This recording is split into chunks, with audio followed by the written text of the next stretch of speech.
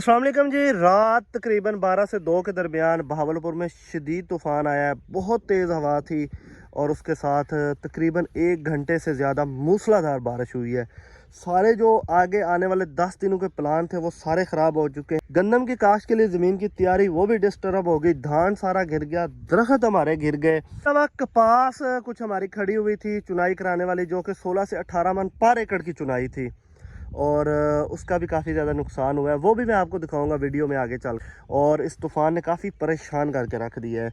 तो बहरहाल जब भी ऐसे तूफ़ान आते हैं तो किसान भाइयों को बहुत सारी परेशानियां होती हैं।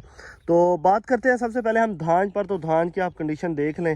धान की जो सूरत हाल है वो बहुत नाजुक हो चुकी है, सारा बिल्कुल गिर गया है।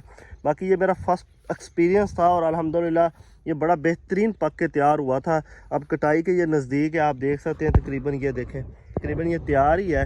तो बाकी आप लोग ये बताएं कमेंट में कि इसकी एवरेज पे कितना फ़र्क पड़ेगा, क्योंकि गंदम अगर इस कंडीशन में पक के गिरती है तो मेरा ये मानना है कि कोई ज़्यादा एवरेज में फ़र्क नहीं पड़ता। लेकिन धान के फर्स्ट एक्सपीरियंस है तो अभी हार्वेस्ट करेंगे तो पता चलेगा कि इसकी पैदावार पे कितना फ़र्क पड़ता है। बहरहाल ओवरऑल परेशानी है, सारी धान गिर गई है, कटाई में काफ़ी मसाइल होंगे अब।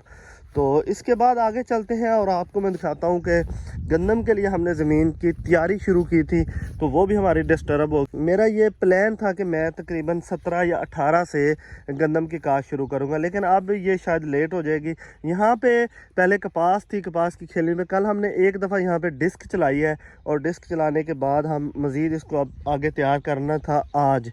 तो रात बारिश हो गई है तो अब पानी भी खड़ा हो गया, ये आप देख सकते हैं कहीं कहीं पे। ये देखें, तो ये देखें, ये कुछ ना कुछ अभी भी पानी खड़ा हुआ है। रात अभी बारिश को 8-7 घंटे हो चुके हैं।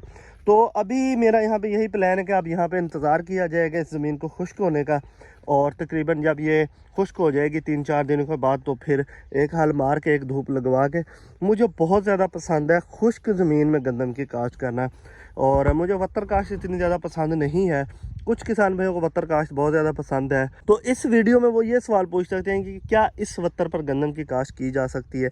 देखिए जी, इस तरह के रिस्क तब लेने चाहिए जब टाइम निकल रहा हो या हमारी काश्त लेट हो रही हो। अभी तो जो हमारी एडवांस अगेती काश्त है उसको भी 3-4 दिन रहती हैं, ठीक है। 20-21 के बाद आइडियल वक्त शुरू होगा। गो के थोड़ा टेम्परेचर लो है तो अब आप 17-18 से भी कर सकते हैं।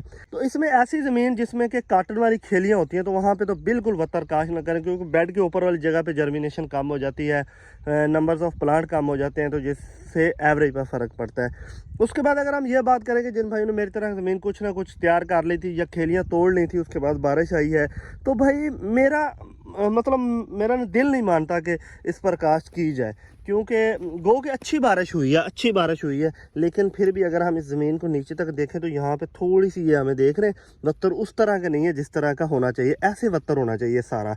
तो ये नीचे आप देखें कम है वत्तर, ठीक है। तो अगर तो आप ये चाहते हैं कि हम अब इसको वत्तर काश्त कर दें, क्योंकि 3-4 दिन, 3 एक दिन तो शायद लग जाएंगे, 3-4 दिन तो, क्योंकि इसके वत्तर आने में। तो भाई फौरी तौर पर जिस तरह ये देखें, अब पानी हल्का फुल्का खड़ा हुआ है, खालों में भी पानी खड़ा हुआ है, ज़मीन पे भी कहीं भी खड़ा हुआ है, तो आप फौरी तौर पर ट्यूबवेल चला के इसको पानी लगा दें, ठीक है ना जी। खेलियाँ टूटी हुई हैं तो वो बेड के ऊपर जो जर्मिनेशन के इश्यूज आते थे वो भी नहीं आएंगे, बराबर पानी जाएगा सारी जगह पे। और ये इस तरह ये 3 से 4 दिन बाद आएगी वत्तर, ज़मीन हम तैयार कर सकें। और वैसे फिर वो 8 दिन ले जाएगी, तो 8वें दिन आपकी गंदम लग जाएगी। और दूसरी बात यह है कि जहाँ जहाँ पे बारिश आती है वहाँ पे फिर पानी भी फ्री हो जाता है। किसान भी अक्सर नहीं लगाते। अभी हमारे खाले पे भी पानी फ्री, अगर हम लगाना चाहें तो इसको हम लगा सकते हैं, लेकिन मैं बिल्कुल नहीं लगाऊंगा। मैं जैसे आपको पहले मैंने बताया, मैं खुश्क ज़मीन में गंदम की काश्त करूँगा। वत्तर को मैं इतना प्रेफर नहीं करता। तो इसके अलावा आप वो देखें सामने दरख्त भी गिर गए हैं रात। और इसके अलावा एक और नुकसान हुआ है कि कुछ 5-6 एकड़ जो कपास थी वो 16 से 18 मन की चुनाई अभी खड़ी हुई थी, तो वो उसका भी काफ़ी नुकसान हुआ है, वो भी आपको दिखाता हूँ। आगे हम कपास में आ चुके हैं और इसकी तो आप ना ही पूछें कि कितना नुकसान हुआ है। हवा और बारिश ने ऐसे लगता है जैसे कपास सारी चुन ली है, ये देखें। और सारी ये कपास नीचे गई पड़ी है, सारी नीचे गिर गई है।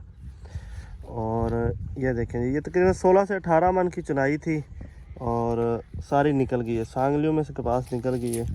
आज यहाँ पे चुनाई होनी थी, ये देखें।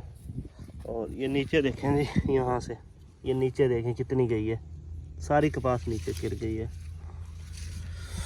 बस ज़िम्मेदार के लिए परेशानियाँ ही परेशानी है। ये देखें जी, अब ये जो बची है ऊपर वो ये देखें ये हो गई ऐसे। और दूसरी बात ये है कि आज से 3-4 दिन पहले मैंने इसकी एक वीडियो बनाई थी, ये वाली साइड पे जो चल रही है, ये इसी कपास की वीडियो थी, इसी जगह की वीडियो थी। इतनी खूबसूरत ओपनिंग थी, इतनी शानदार थी ना माशाल्लाह, बहुत ज़बरदस्त थी। रेट की तो जो परेशानी थी लेकिन अब देखें, ओए होए होए होए होए। चलें ठीक है जी, आज का व्लॉग मुकम्मल होता है खाली सांगलियों पर जो कि भरी हुई थी, चुन भी नहीं सके। अल्लाह हाफ़िज़।